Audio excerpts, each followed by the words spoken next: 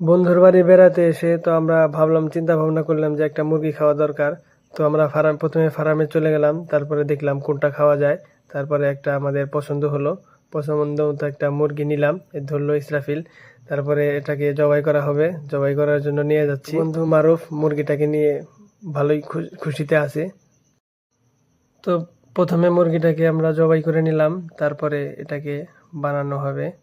জবাই করে নিলাম, হাত পা পরিষ্কার করে নিচ্ছি আমরা। তো আমার বন্ধু মারুফ মুরগিটাকে ভালোভাবে কাটছে, কোটাকাটি করবে, পেঁয়াজ টিয়াজ সব যা যা লাগে সবই কোটাকাটি করবে। তো ও তো ভালোই কাটতে পারে, কাটতেছে। তো আমরা এখন কোটাকাটি শেষ করে মাংসগুলো ভালোভাবে ধুয়ে নিলাম।